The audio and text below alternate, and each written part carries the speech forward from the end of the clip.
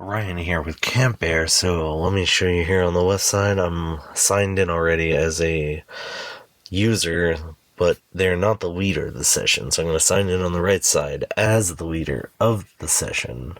It's an initiative session, kind of showing the order. So it's a fancy list. So I'm going to sign in the leader. It's going to load in. Top it shows, do you want to create session, otherwise join one of the public ones, but we have sessions here. I'm going to go into our Quinn session. We're going to have a bunch of names in here. It's going to show I logged in on the left over there. On the right, we're going to pop open our it's a settings cog for now. We got to get kind of a theme there, but otherwise we have our themes, users and chat themes here. We're already on Baja Blast mode, obviously. So then we're going to go to dark mode, light mode. I need to back down a little bit here.